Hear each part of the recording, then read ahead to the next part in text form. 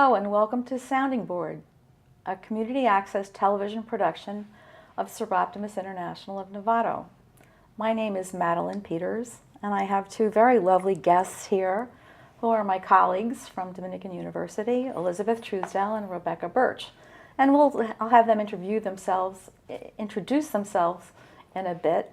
But first, a little bit more about Seroptimus. Seroptimus is a global volunteer organization, and our work is to improve the lives of women and girls through programs leading to social and economic empowerment. Our topic today with Elizabeth and with Becky is integrating instructional technology in the classroom. And in particular, it's a three-tiered model that Dr. Truesdell and Dr. Birch are going to talk about. But first, Rebecca, why don't I have you provide a little bit more of a background about yourself, and then Elizabeth, you too, as well, so that our viewing audience understands the context in which you work. So, Rebecca? Okay, I wear several hats at Dominican University. I'm the field placement coordinator for the students. I place them at the sites for their observations and student teaching. So this is for teacher candidates. So you're very involved. We're all involved in preparing teachers for the state of California. Right, right. Okay. And then also I'm the technology facilitator for the department. And I teach the technology classes and also curriculum courses. And I supervise student teachers in the classroom. Okay, so you're the go-to person as far as the preparation and coordination of integrating technology and teaching for faculty as well as the students. Right. Okay, thank you, Becky. Elizabeth, a little bit more background about you and the many hats that you serve. Sure. Well, I've been at Dominican since 2008. And I work primarily with the single subject credential candidates. I chair the single subject credential program and the Masters of Education program, which that used to be one of your hats. Now I've got one of your hats. And I work closely with Becky on the technology initiative. She's more of the technology expert, but I've been really excited to learn more about technology and its place in the classroom. So we're glad to be here. Okay. Well, I think for me this is particularly reaffirming because in probably late 1990s, early 2000s, I was trying to inch not only the program but the university along and looking at the importance of technology. And I remember, I think I shared with you this with you before, is the big goal I had was getting people to understand that they needed to have an email account. So it's, it was like baby steps. Mm-hmm. And now, of course, you've launched on much broader goals. And so it's very nice for me to have you here. And I should say it's a relief, too, to realize that other people are interested in carrying along things that we started a long time ago, as I said, just baby steps. And it's interesting to see how much your work is really being taken on and embraced by not just the people in teacher credentialing, but in the university. So thank you for carrying that responsibility forward. Thank you for being a pioneer. It's very difficult being a pioneer. I'm not sure I imagine so. I think we feel that also. in our own way. Right. That's why it's nice to have a chance to talk with you about it. So it can be lonely doing the work that you do. So why don't Becky? I think you said you wanted to start off. You two have really worked very, very hard to come up with a way to kind of build competence and comfort level, as well as specific skills for faculty, for student teachers, and get people really comfortable with not just technology as a toy, but really as an integral part of one's teaching and learning. So I know that part of your one of your main goals is hands-on experience. So Rebecca, do you want to start off on commenting on that? Yes, we began with our technology, I don't want to say quite initiative, but integrating technology in 2011 with an internal grant. And during that time, Elizabeth and I developed what is called the three-tiered approach. And the three-tiered approach it's 3 parts. It's a cyclical process. It begins with literacy, and so that's when you're just beginning to learn about the technology. What is it? What is it all about? And then the next step is the integration, augmentation step, and it's during that step where the users are starting to use the technology, they're starting to integrate it into their activities, and then the last step is the transformation step. And through the transformation step, that's when the user starts using the technology, but the technology is no longer the goal or the focus, the learning is the focus. And this process is a cyclical process, it's always ongoing because we always have new emerging technologies. So in our program now, we're all at different phases with different technologies in the 3-tiered approach. Sounds massive. Like, you explained it very well, and people just, it's hands-on and then becoming comfortable and then transformational, so that really it gets to a deeper level of people's practice, awareness, and understanding. Elizabeth, do you have anything further to comment? Yes, I think as Dr. Birch mentioned, we started this in 2011, and I think we're one of the few grant recipients that is still going strong on campus. And we published our first article on this project in December of 2013, and we've presented at multiple conferences, and we've gotten a lot of feedback from our colleagues across the nation on what they're doing and comparing and contrasting what we're doing. So the hands-on aspect of this project is pivotal, because prior to this grant, we didn't have the technologies that schools were using. That's right. And we didn't have the opportunity to model them and understand them ourselves. And so through the grant, we were able to purchase hardware and software. Dr. Birch and I were able to get our own professional development, attend conferences. And through our own participation in the 3-tiered model, we're able to then project that onto our faculty. So we've gotten, as you know, you have been participants in our professional development over the past few years, and we've had workshops, we've had technology showcase, and so it's moved from one program in one department to the entire department. And now, as you said at the start, folks campus-wide are taking notice of what we're doing and wanting to learn more about the opportunities of professional development and hands-on. I'd like to pursue something that you just said about the feedback that you're getting because of the opportunity you had to present at different conferences, and you're getting feedback from different places across the nation. Can you explain or expand a little bit more on what people have said or what questions you're asked from? Do you want to go, or should I? It's been very uplifting attending the conferences, because we feel like we really are often a step ahead in what we're doing with our technologies. We still see people struggling, and we're struggling for sure. It's a continuous process, but just struggling to get started. So that feels good.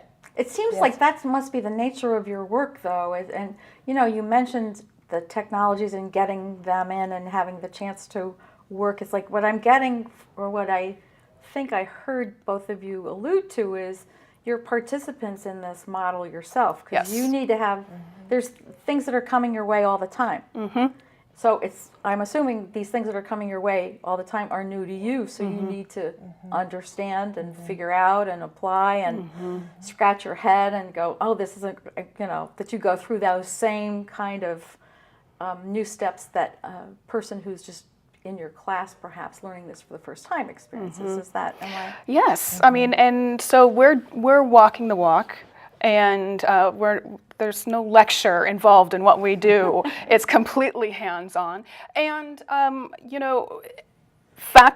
faculty in our department, they're continuously learning and continuously, finding challenges. And so even... I like your choice of words, finding challenges. Yes. You mean pulling your hair out. Yeah. Well, even this week we met with some folks and we got new ideas of new approaches, and new ways to apply the model that we've got, we feel very strongly that our model works. And because there's room for flexibility, we are flexible to the context and to what the faculty may need. And ultimately, you know, obviously leading to our student teachers, then learning from faculty, and then of course, ultimately our last goal is that students out in the K-12 schools have access to the technology and are able to leverage the technology as a tool. What I see you two doing is, you know, you're taking this framework that you have developed and implemented, you know, as a strategy for yourselves and your own learning, as well as for the larger community. But you're essentially offering yourselves as the guinea pigs, perhaps. And it's not as though you're off in a corner learning how to do this. Right. People see the bumps and the stops and the frustrations and all of that. I can imagine that makes people who are new to this feel, oh, it's not an easy road. And here are the two people who are leading this, showing us that it isn't an easy road. So you're offering, I think, yourselves as models. There is no easy way. No, this is not a perfect approach. That's what comes across to me is, you know, then there's a certain amount of courage and vulnerability that's involved in that as well. We've learned that. And something doesn't work and you figure out what to do next. So I want to applaud you on that. It's you know, you're willing to take risks, which I think is really important. You know, it doesn't come easy. Thank you. I would like, so that whole hands-on experience, it's hands-on experience for you folks, it's hands-on experience for your colleagues, and hands-on experience for the students. These are people who are going to be the California school teachers, so that they're all learning. And you talked about the technologies, I assume, that probably are already in the K-12 schools, and that, you know, and I wonder if you could kind of speak to that a little bit. Like, what is it that's the hot topic or the avenue that's that schools are pursuing, that you're trying to get the candidates to, so when they are actually involved in teaching, they're on the same page as the school district is? I think we have a good story or a good example of that. We had a student a couple years ago, and she was involved as a single subject student, and she learned the technologies through our program, and then she took them out as a student teacher to the school sites and shared those technologies with the staff. She became the trainer of the trainers at the school, and she was only a student teacher. So she trained her staff at the school to implement the technologies. And I think as far as technologies, they're always changing. The tools are always changing. So it varies. It varies from year to year what the different focuses are. Yeah. So you've created mini Beckys and mini Elizabeths, I think. Oh no. That's a scary thought. I almost hope not. It is gratifying, though, to see our student teachers going to the field and coming back and saying, my directing teacher is taking some of my ideas. And but you asked about what's happening in the field now, and that's, I think, part of our future steps is to even expand further our relationships with our community schools. But we are seeing Chromebooks, we are seeing iPads, we are seeing any version of tablet you can see. Apple TVs, AirPlays, Chrome, everything under the sun, and it depends on grade level. It depends on special education is using a lot of applications on iPads. So it's kind of difficult. We try to get a wide breadth, but then we need to remember we need to learn our literacy on one technology at a time, and then learn how they all work together best in the schools. Could you expand on what, because you used the word literacy, could you kind of expand on that concept and just a little bit more, just create a better understanding of what that means in terms of the work that you're doing? So yeah, so the literacy, regardless of the tool, it's just learning about that technology or learning about that application. What is it? What is it all about? And it's the first steps of learning that new tool. And then we said the next step then is when you actually start to integrate it and to use that technology. So the literacy is really Just the whole familiarity. Just Yes, knowing, exactly. knowing the language, knowing the application, knowing the hardware, the software. Yes. Okay, so Yes. just developing an understanding of that, because I can understand. I've been watching you two for several years. It's if there's a lot out there, there's a lot to learn and absorb. But you're right too. You have to kind of really make a decision about, okay, given the nature of what we're doing and our responsibilities to students, what is it that we need to address and need to help prepare the students in terms of their comfort level to then go out and teach. I still think it's important to understand that you are demonstrating how to be a leader for these students who then can go out and step into their leadership in the schools. And that's something to be to really celebrate. Now, the second point, which I'd like to address too, is the whole concept of professional development. One of the things, probably in my own experience in higher education and working in K-12 schools, is that you had all the toys. Yep. And it was just assumed that teachers would learn on the fly. And it was just interesting for me to see that. I saw that happening at the K-12 level. I certainly saw that happening at the university level. Could you speak to that, this whole concept of sustained, evaluated professional development? Definitely. Well, we did a lot of research before we started any of this. And what you saw and you experienced is what has been documented. And there's been spotty professional development in, pick your topic, insert topic here. And it's true whether it's about technology or some other kind of learning activity. So we realized that we saw a need for that in teacher preparation programs. We wanted to, as Dominican, we are very proud of our programs. We want to make the most well-rounded, marketable graduates. To do that, we knew we had to have sustained professional development first of our faculty. So we had to learn how to use the technology, model it, just like in our model.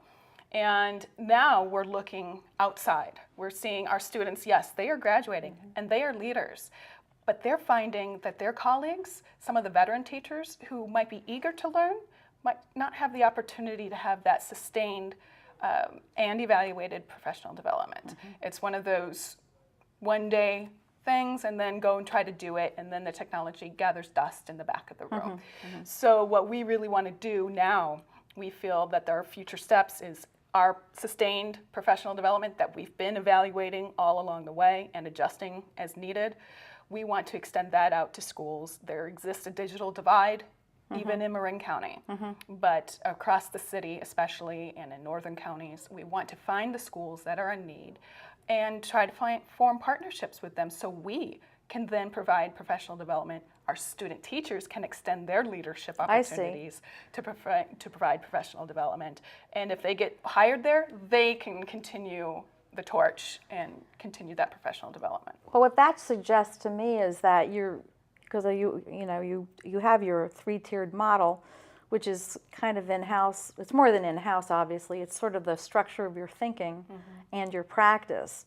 And so by what you just said, it suggests to me is that your intention is to take a step back and look at this as a model to export in terms of school districts or parts of California, whether they're local or particularly cities with which we have partnerships or counties or whatever, and that look at this as an institutional model that people pay attention to as they go about and take the steps. And to me, it's not only focused on technology, it really, to me, addresses what ongoing professional development on any topic is important. Because, we've all had the experience of the one-shot workshops. And then they're there, and no matter how motivated you are, if nothing is sustained, it does go away. It's another binder on people's shelves, or it's another happy thought, and then it's gone. So again, that whole thing is really, it's significant what you're doing.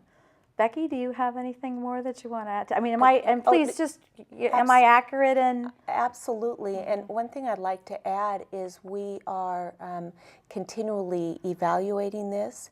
The students, when they enter the program, they take a pre-survey. When they exit the program, they take a post-survey. And students are also evaluated in the field in their use of technology and the 4 C's, the communication, collaboration, creativity, and critical thinking. Right. So we have continuous quantitative and qualitative research taking place so that we can evaluate this process. And adjust. We've definitely needed to adjust our approach. Absolutely.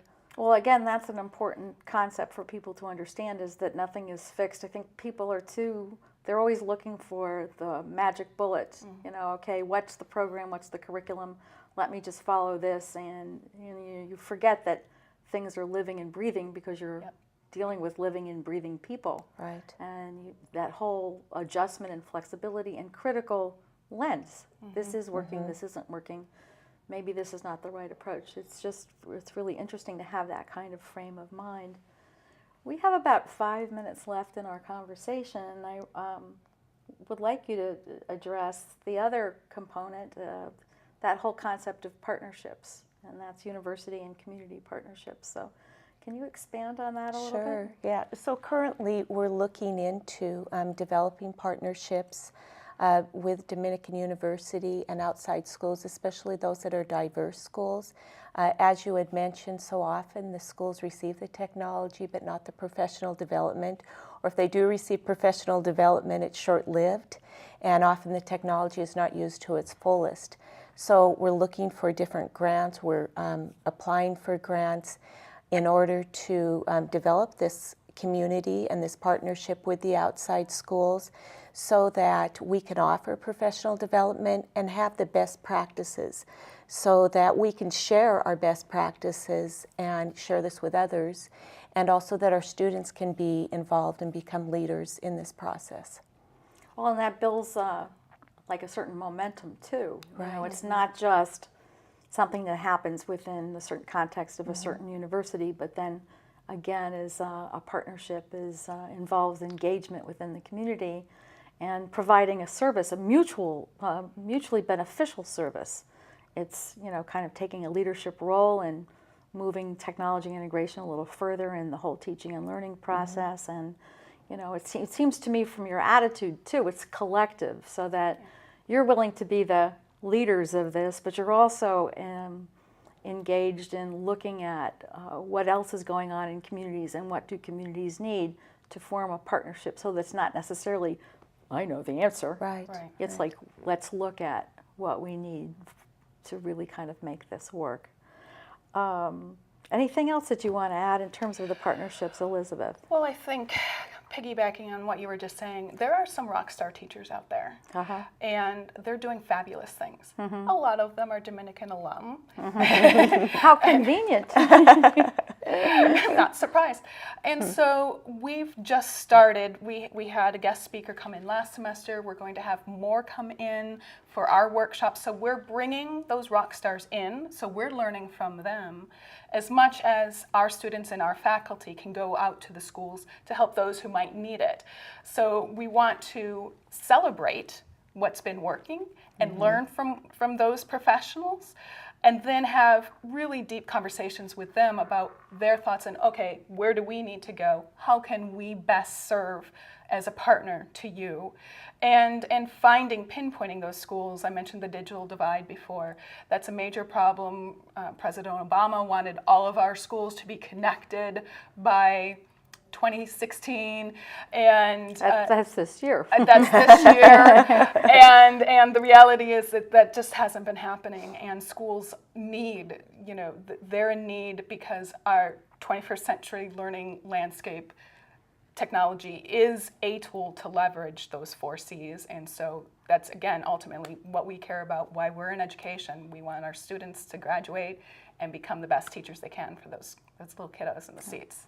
Okay. This is my reflective question, because we've certainly talked about a lot of things, and we're just about ready to wind up our program. So When you think back on the things that you've talked about, what's one thing that you'd like to emphasize as a closing to this program? I think possibly reflecting back to the three-tier approach, that this is a continuous process. It's cyclical, it's always ongoing. There are always new and emerging technologies. It's a process that doesn't end, and we're always going through those three stages: the literacy, the augmentation, the transformation. Okay. And Elizabeth. I definitely would agree with that. It's cyclical.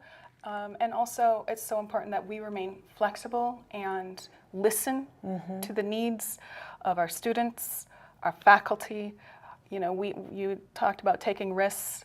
This is a risk, but it's one that we're doing with our eyes wide open. and we just really want to emphasize that we don't want to do anything for the sake of doing it. The end goal is to just become better teachers. So flexibility and reflection are important. Well, Elizabeth and Rebecca, I'm very, very grateful that you took time from your very busy schedules to be here. Thank you very much. What I'd like to do now in closing is, again, thank our guests for sharing their perspectives with us. I also really want to thank our Seroptimus International crew, and particularly our studio engineer, Leon Johnson, who makes this all look perfect, following his magic touch. And many thanks to the Buck Institute for Research on Aging. They provide us with an opportunity to use the studio to record our programs. My name is Madeline Peters. I'm with Seroptimus International of Novato. Thank you very much for your attention.